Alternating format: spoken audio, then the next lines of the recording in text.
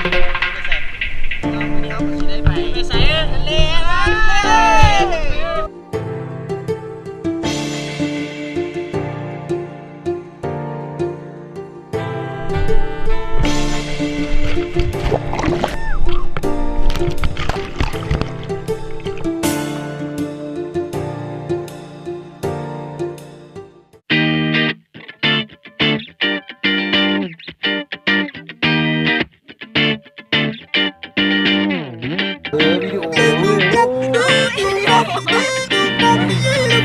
หน้าเลยพวกนี้ตอนนี้ก็ทำอีกรอบ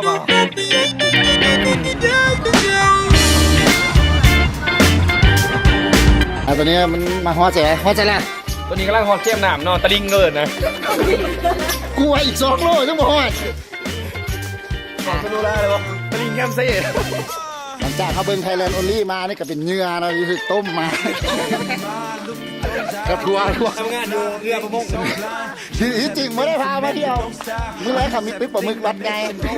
ก็เลยเอิ้นมา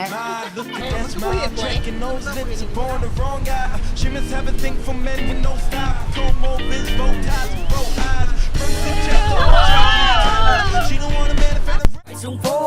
phố để dây ngố chứ không cây đầu bởi hợp số vì công việc hàng ngày chất chứa quá nhiều toàn những là vết ố nên vì thế tao dù có khô tẩy rửa đi hết những điều thống khổ và tao sống không có lỗ sống luôn đúng chỗ thằng binh boy nó đã gọi điện nó bảo là tối nay có show và tao hỏi nó đang ở mô nó nói là tao ở casino ai giỡn hay dân chơi mày đang giỡn hay đang bơi 5 phút nữa tao xuống tận nơi có mấy con gợi rủ tao đi chơi vì đêm nay tao muốn buông lơi có mấy anh em cùng đi sông hơi ai cũng nói binh boy hình chim là bất gì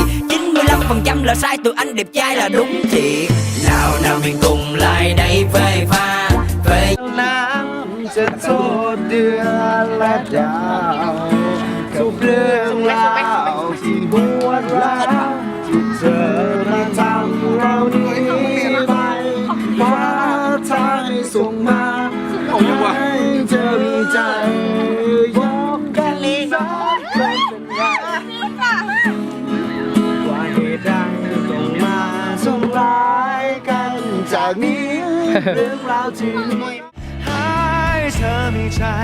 ก็บอกกันได้นะเหตุใดต้องมาทำร้ายกันจากนี้เรื่องราวที่มีก็ให้ลืมมันไปอย่าจำได้ไหมว่ามีใครที่เคยทำร้าย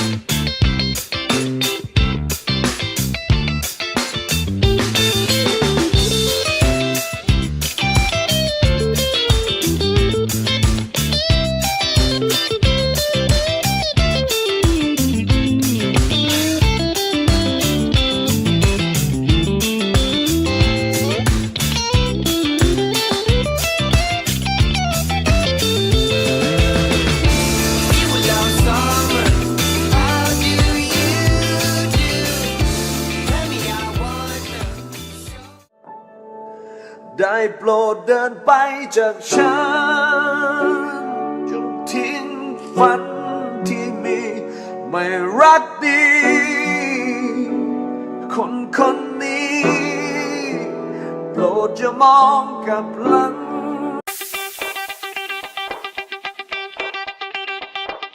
ปลูกกันดีนะว่ากันกินเที่ยวจะมีทางบรรยากาศกับอาเป็นตัวเกี่ยวขิดพอจะรู้มีการห้องเพลงที่แปลว่าส้นบุญไหวกันนะ4-5 บอล10บุญละที่ว่าคาราโอเกะมีภูเขาช่วงนั้นอะไรจริงเหรอตอนนี้ก็เราหาเรากินเขาเนาะเดี๋ยวที่ผมได้กินเราไปเบิ่งกันเนาะตอนนี้มาถึงอาหารเลยเนาะอาหารที่จะมาเลือกกินมาเลยมีเสี้ยนเนาะ เงี้ยเดียว เมียนเขียวซื้อเลยที่เสี้ยนตัวแรกมาลองกินเบิ่งเนาะ กุ้งมันตี กุ้งก็ได้กุ้งเลยแต่เกลือ เสื้อวันนี้ทริปนี้มื้อที่2แล้วเสื้อผืนเก้าแล้วตั้งใจเนาะ ย้อมใจเลยเดี๋ยวนี้ย้อมใจเลยผืนเก้า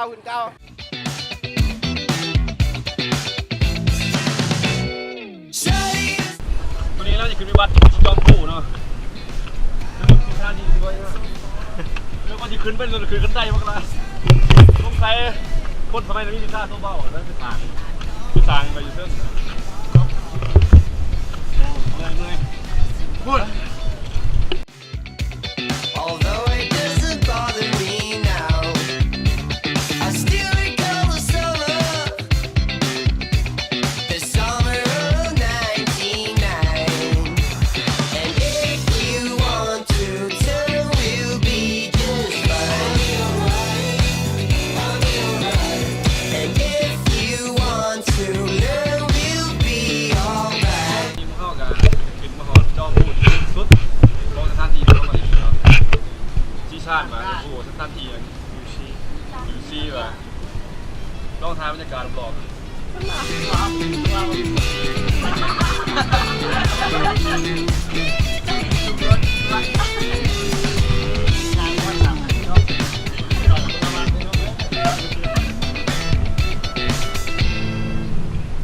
The days are getting longer, เนี่ยมันโดนพูดเลย no more hiding inside. Beauty makes me wonder, should this be the time of our lives? We're acting like we should be, but do you really feel this way? 'Cause if you are so happy, how come you never did something? And if you want to tell, we'll be. เป็นยังไงฝึกต้มมาเมื่อวานวะ มวน อันนี้เป็นอะไรได้ยินมาเบียร์บ่พอ โอ้แม่นเบียร์พอเว้ยสีพอเดี๋ยวตำน้ำลา อันนั้นเด้อ อันนี้หวานน้ำหน่อยหนึ่ง น้ำไง เกือบงามอ่ะหรืองามหน่อยนึง น้ำใครว่าน้ำมึงไง คนถูกทิ้งมันมาหาเจ้าของคนที่ทิ้งมันมาเหมือนเก่าที่เธอน้องก็เขาบ่เอาเราโอ้ยมีแบบเวกแล้วเสียเวลา